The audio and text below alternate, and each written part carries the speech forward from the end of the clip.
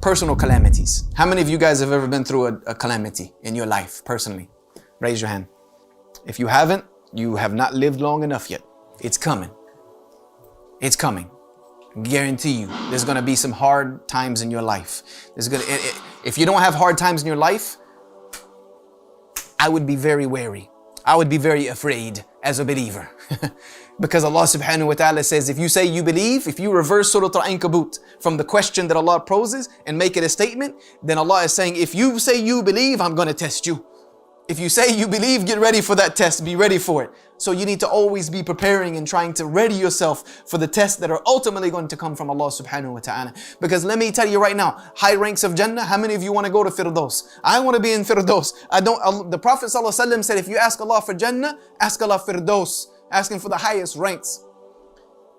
Do you know who the people who are inhabiting those highest ranks beyond the Anbiya who struggled the most among us? The people who were tested the hardest. The people who were put through the most difficulties. The poor amongst us. The downtrodden amongst us. The oppressed amongst us. The imprisoned amongst us. Those are going to be the people inhabiting Firdaus. And those of us who live this cushy life and living in laps of luxury, if we make it to Jannah, inshaAllah ta'ala, we might just slide right on in those bottom levels because we didn't go through enough.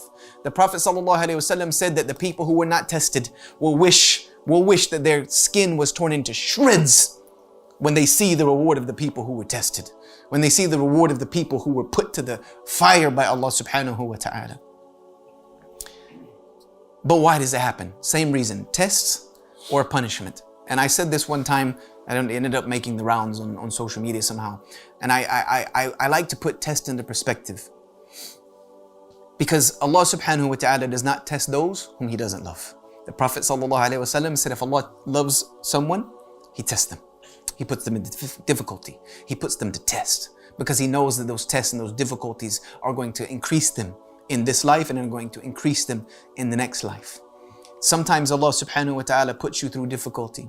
Sometimes Allah subhanahu wa ta'ala breaks you. Sometimes Allah subhanahu wa ta'ala shakes you because He does not want you to have anyone else in your life to turn to except but Him. Sometimes that is the love of Allah subhanahu wa ta'ala to you, is that He takes everything else away from you. He'll take your job away from you. He'll take your home away from you. He'll take your family away from you. He'll take your children away from you. He'll take your money away from you, so that you have nothing left but Him to turn to subhanahu wa ta'ala. And that is a mercy. That is a mercy from Him. So sometimes we have to look at those things and understand that we don't know what Allah subhanahu wa ta'ala has in store for us, but we trust in His plan. And I've given that talk right here sitting in this very chair before about trusting the plan of Allah subhanahu wa ta'ala, even if you don't recognize or understand it or know what's happening. It is not about the test. It's about what we do with it and what we do with the lesson and what we do with these calamities. Because they're going to come. If you live long enough, they're going to come. And then, as I just said, if they don't come to you, check your faith, check your iman. Because Allah tests those whom He loves. And those whom He loves more, He tests them even more. He puts them through more difficulty. Look at the life of our Prophet ﷺ. Our Prophet ﷺ struggled. He went through hardship. He went through trial after trial after trial. When he accepted the message of prophethood, immediately after accepting wahi from Allah subhanahu wa ta'ala, his family turned on him. Immediately his family turned on him. His uncle turned on him. Then his tribe turned on him. Then his city turned on him. Everybody turned on him. Then they started plotting against him, plotting to kill him, calling him the same people that were calling him Sadiq al-Amin, the most truthful and most trustworthy one, are now calling him a magician, calling him a soothsayer, calling him a liar, telling people to put things in their ears when they walk by him, not to hear the message, plotting against his life. Sallallahu alayhi wasallam. He suffered, but it never once distracted him. It never once changed him.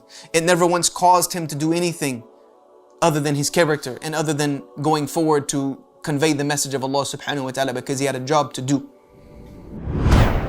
Please like, share and subscribe to the Digital Member YouTube channel and hit the notification bell.